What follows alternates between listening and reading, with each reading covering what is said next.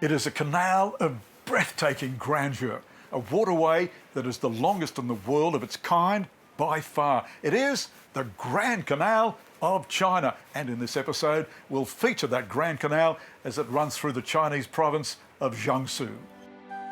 Already in the last episode we've explored the water towns of Jiangsu, the Venice of China, with gondolas alive with romantic songs. This is the birthplace of Chinese opera. Silk is big, having been woven here for centuries, while we've experienced classic gardens, traditional garments and masterful performances. In this episode, the Grand Canal, an engineering marvel on the scale of the Great Wall of China. Another set of terracotta warriors, the Terracotta Army of the Han Dynasty. The wall city of Nanjing. And on the menu, a Nanjing specialty, duck. And craving for crayfish.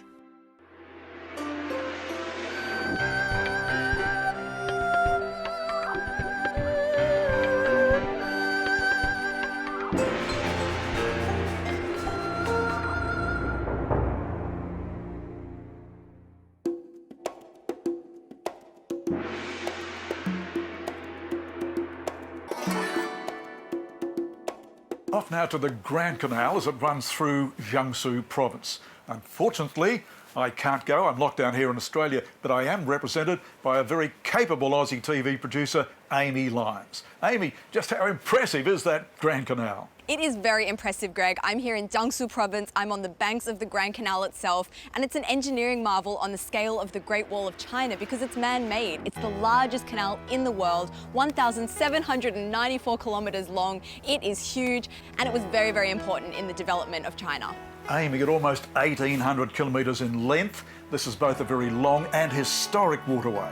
Yes, so it is indeed, and it's really ahead of its time as well. The construction on this Grand Canal actually started in the 5th century BCE, so it's been here for a while.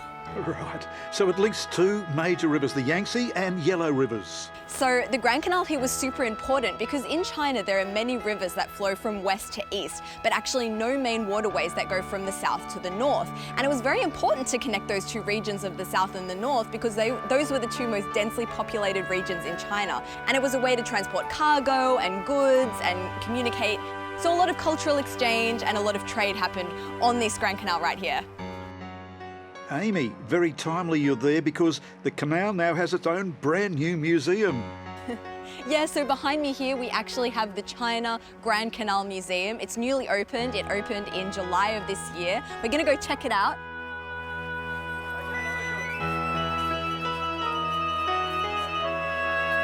So I know it looks like we're in this beautiful ancient street right now, but this is actually a museum. This is China's Grand Canal Museum, and here you can experience everything to do with the Grand Canal. The history of it as a trading place, how it influenced China. You can see little shops that have been set up here to mimic what it looked like back in the day on some of these cities along the Grand Canal. The Grand Canal may have a history of 25 centuries, but the museum dedicated to it has the very latest in futuristic displays. Visitors can enjoy a digital trip through time, taking a simulated trip along the canal. It's a totally immersive experience through 11 enormous exhibition halls, reflecting the many cultural changes that have evolved over the centuries.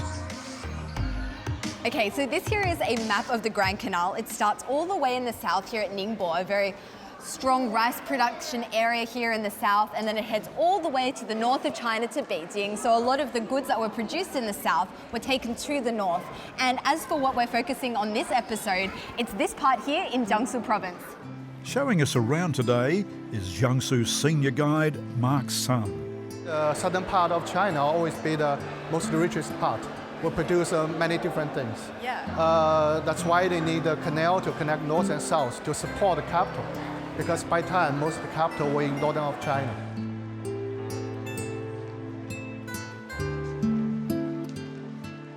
Mark explains that the canal is still being used today.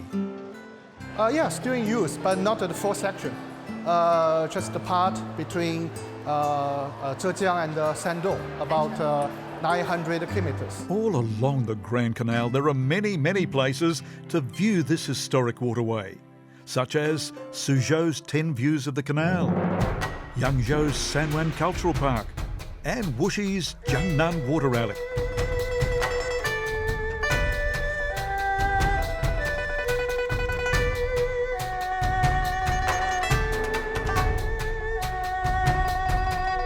What we're discovering is just how important water is to the province of Jiangsu. Just how important? Well, let's head off to the capital, Nanjing. Yeah, so the city of Nanjing here has a 2,500-year history. It's also been recognized as one of the most historically important cities in China, and also recognized as one of the 4 great ancient capitals of China alongside Beijing, Xi'an and Luoyang. So it's a very important place. And Amy, that's the Yangtze River behind you. Yes, it's the longest river in Asia. It also runs from west to east, so that's the way it flows. But just downstream of the Yangtze River, we've also got the Grand Canal, which links the north with the south. So it means that Nanjing is really strategically placed. Well, there's certainly plenty to explore there in Nanjing, Amy. Yes, indeed. I'm so excited to explore this city. It's one of my favorite places. It's got great food, the people are super friendly, and it's got such an intensely interesting history. So I'm excited to explore it. One of Nanjing's outstanding features is a huge wall that circles the city. The city wall of Nanjing was constructed 600 years ago by a workforce of 200,000 labourers. We are literally walking on history right now. This is the old Nanjing City Wall. It was built in the 1300s to protect the founding capital of the Ming Dynasty. And a couple of things you'll find interesting about this wall is that firstly, the bricks are all kind of different colours, and that's because it came from 7 different provinces all along the Yangtze River, and then the bricks were transported here. The second thing is that every single brick that went into building it is inscribed. It's inscribed with the brick builder's name, the overseer's name and rank, the date, and sometimes where the brick was from. And it was done as a quality assurance. And, you know, if you ask me, they did a pretty good job because the wall is still here 600 years later. Yeah. Below these historic walls, there's a food specialty that's become legendary there in Nanjing: duck. Nanjing is a city that loves its duck. There's actually a saying that no duck can leave Nanjing alive. Every year, this city eats 100 million ducks. We're here actually at what's called a Yazdian, a duck shop, and they sell all manner of duck. Salted duck, roast duck, duck heads, duck hearts, duck gizzards. They do not waste any part of the duck here. Every part of the duck is enjoyed. So we're gonna go check it out. So I'm lining up to get my duck now. I'm gonna order myself some salted duck as well as some roast duck. So excited. It smells amazing. The smell coming out of this shop is just, wow.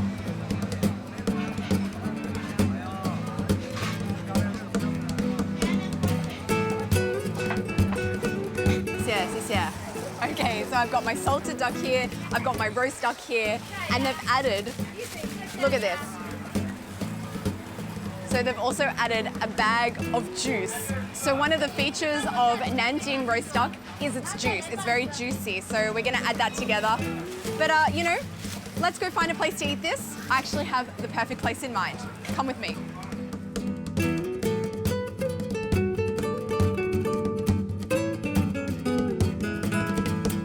This is so cool. I cannot think of a more appropriate place to eat our duck than on a duck boat in the middle of the duck capital of China.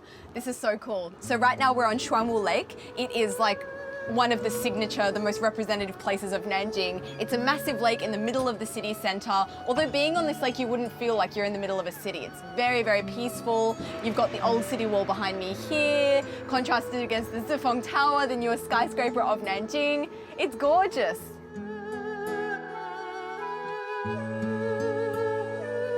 Okay, time to get stuck into our duck. We're gonna start with our salted duck here. I know it may look a bit on the plain side, but do not let the look fool you because this is full of flavor, absolutely full of flavor. So delicious. Nanjing salted duck. 40 million ducks a year go into making this.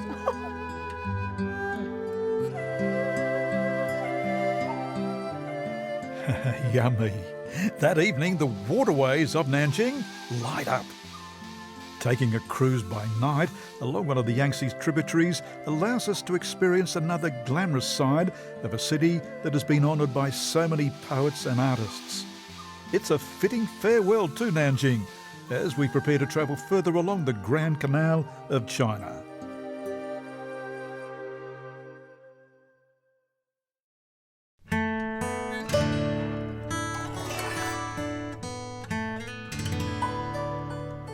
Travelling further along the Grand Canal to the city of Yangzhou. So yes, Greg, I am here on the banks of the Grand Canal. I'm here in Yangzhou, a city whose identity is tied inextricably to the canal itself.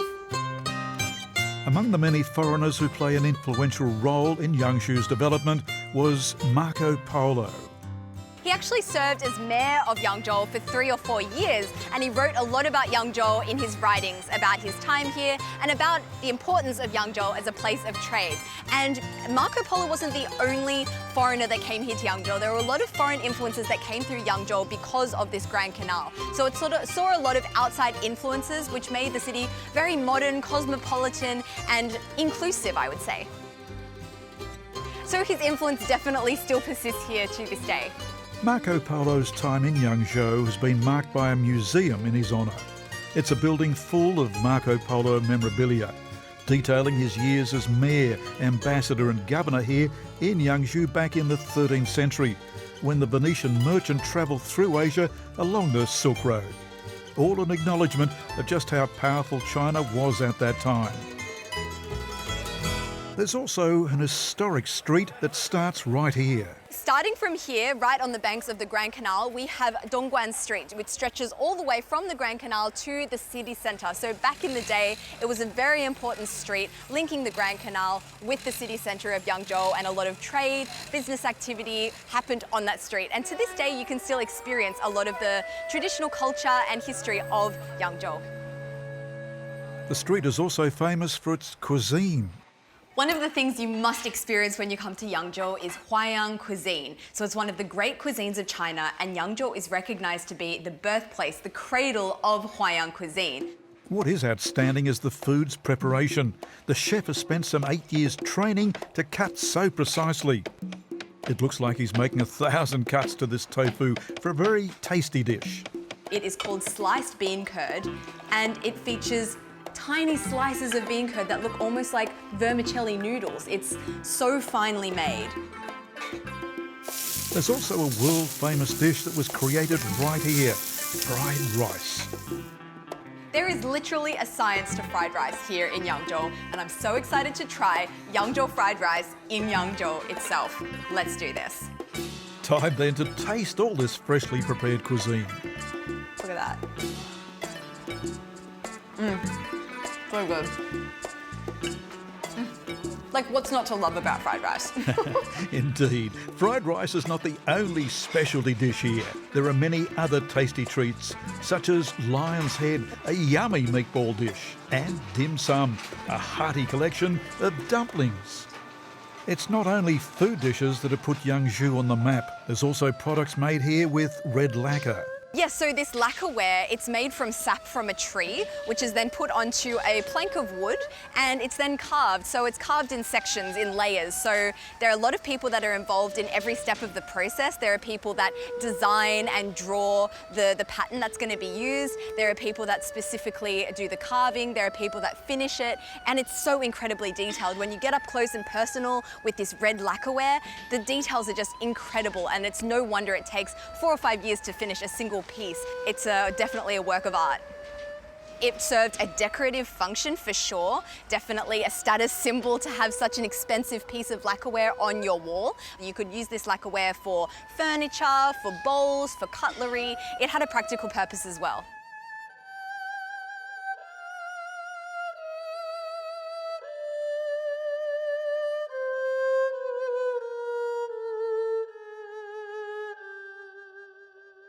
Day's End sees a magnificent sunset across the waters of Yangzhou. We're on the slender West Lake, narrow but long, 4 kilometres long to be exact, but only 100 metres wide.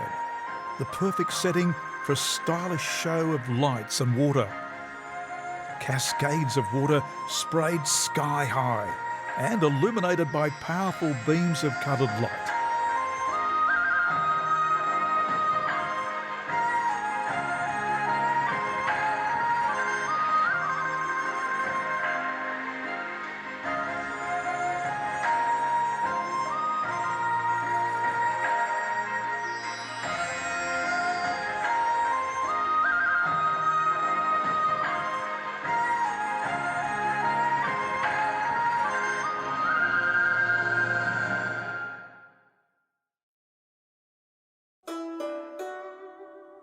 We're moving further along the Grand Canal in the province of Jiangsu to the city of Wuhan. Yes, Huai'an here is a very important place along the Grand Canal. It's recognized as one of the 4 major metropolises, along with Yangzhou, Suzhou, and Hangzhou. So back in the day, this was the grain transport hub of China, which is very important because the most fertile rice-producing regions were all in the south of China. But there was a big demand for this grain in the north. So a lot of this grain had to come through Huai'an and brought in a lot of prosperity. Amy, one of China's greatest delicacies, is caught right here. These days, Huai'an isn't known for its grain, it's known for its xiaolongxia, its crayfish.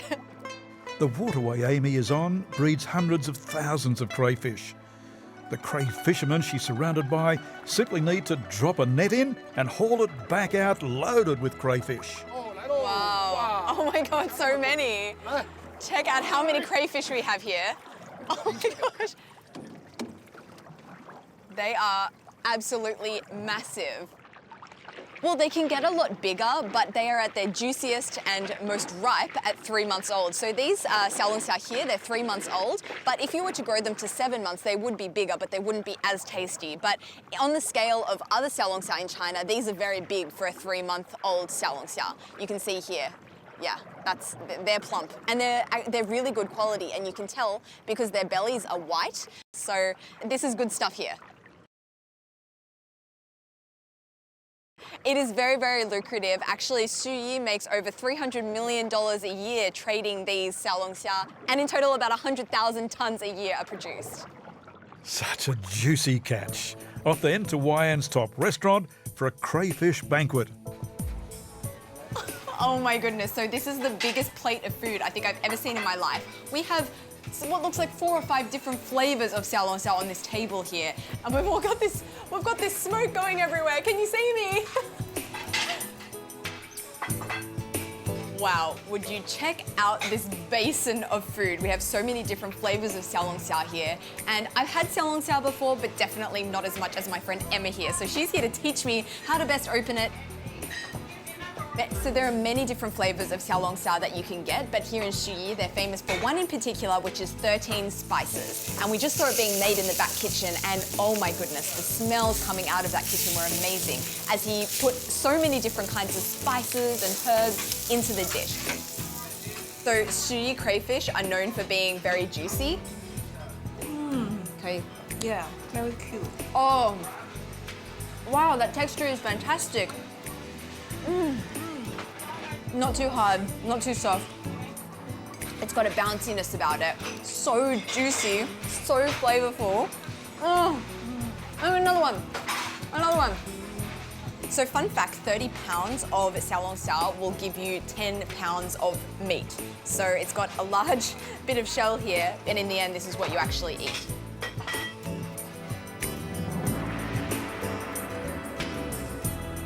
That evening, Wuhan's waterways light up as we head for one of the river system's many locks. We are here on the Liyun River. It's the part of the Grand Canal that runs through Huai'an here. This section of the Grand Canal actually has over 2,000 years of history, and you can definitely still experience those relics of the past. We are just passing the most beautiful pagoda over here. And back in the day, this section of the Grand Canal saw a lot of trade, a lot of activity, which caused this city here to be very, very prosperous and a very important city along the Grand Canal. So I'm just enjoying this right now. We are on a boat cruise. We're experiencing the night lights of Huai'an. It's so beautiful.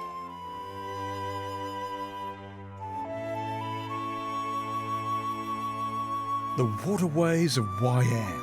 Entree to our final destination here on the Grand Canal in Jiangsu province.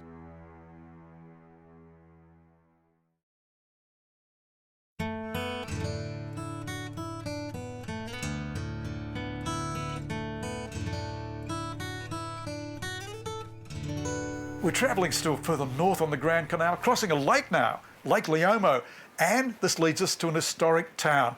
Amy, you're on the heart of that historic town. I am indeed. So this is Wuhan Ancient Village. It has over 1,400 years of history in a city that has over 2,500 years of history. So it's just history, history, history when it comes to where we are right now. So Amy, this town is more like a museum. No people actually live there? Yep, that's correct. You don't have any locals living here anymore. Over the centuries, Wuhan became very prosperous, with almost 400 prominent buildings remaining. Among the skills perfected here, pottery. And actually the name you can see behind me here actually translates to Pottery Town. And the pottery that was made here was used for soy sauce bottles and liquor. And the reason why Wuhan Ancient Town was so famous for their pottery is that there is a lot of water around here. A lot of canals, a lot of lakes, and that also means a lot of mud. And it so happened to be that the mud found at the bottom of these canals were very good for making potteries. Also still made here is wine. It's known as mung bean wine because its colour is similar to the bean soup, and it's said to be incredibly good for your health. Yep, I can definitely taste that has 42% alcohol. Wow, that's strong. One of China's most influential dynasties was the Han Dynasty. They ruled for 4 centuries from 202 BC, and they started right around here in Suzhou. Isn't that right, Amy? Yes, that's right, Greg. So here in Suzhou, it's actually the birthplace of the Han Dynasty some 2,200 years ago. So Liubang, which is the first emperor of the Han Dynasty, was born here in Suzhou, so it can be considered the birthplace of Han culture. Okay, so that Han Dynasty was considered to be the golden age of Chinese history, and it's celebrated every year with a festival. So since we're here in the birthplace of Han culture, I thought I would wear the costume of the Han people. So this is known as Hanfu, which literally means Han clothing. Daytime sees colourful street performances in honour of the Han, the second great imperial dynasty of China. The Han were a people who adopted a Confucian ideology, emphasising moderation, piety and virtue. One of the stunning creations of the Han Dynasty was a terracotta army. It was a big surprise when they found in 1980 another set of terracotta warriors here in Suzhou. I'm sure a lot of you are familiar with the terracotta warriors of Xi'an. They're very, very famous, but they have a lot of differences to the terracotta warriors in Xi'an. They don't have as many fine details in their facial features. They were made using one mold, so a lot of them look very similar. They're smaller than the more famous terracotta warriors of Xi'an, but no less impressive. Almost 5,000 warriors and horses filling 6 pits.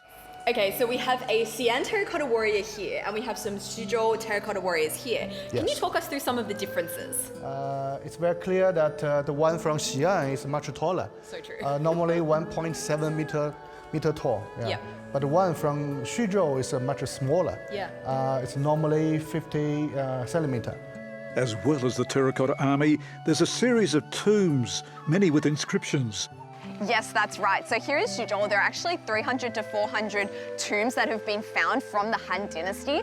But out of those other tombs, there have been a lot of inscriptions, stone inscriptions that have been found. And these are super important because it provides a real insight into everyday life back in the Han Dynasty that we don't have for many other dynasties. So we can get a really strong idea of what life was like back then. Every aspect of daily life is portrayed in these stone inscriptions. So as a result, we know a lot about what life was like back in the Han Dynasty. So what we see here is really quite fascinating. These are inscriptions in stone over 2,000 years old, and these are words from the king himself. It basically says, "Don't enter my tomb, there are no valuables inside." So this was to encourage anyone not to enter his tomb. It blows me away that I can read something that was written over 2,000 years ago.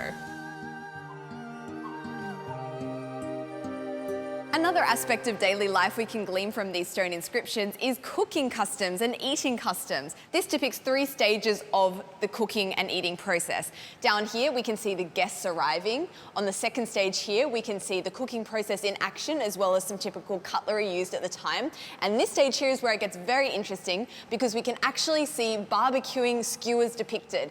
And from this inscription here, they can claim that Suzhou is the birthplace of barbecue.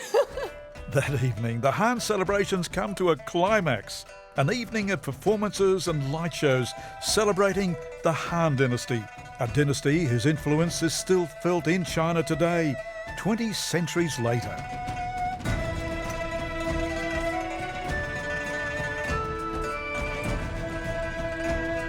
And that ends our trip down the Grand Canal in Jiangsu province. It's farewell from me and farewell from Amy Lyons, our Australian presenter there in China. Yeah, thank you so much for having me, Greg. It's been an absolute pleasure. 谢谢你们，我这几天在江苏玩得很开心，下次见，拜拜。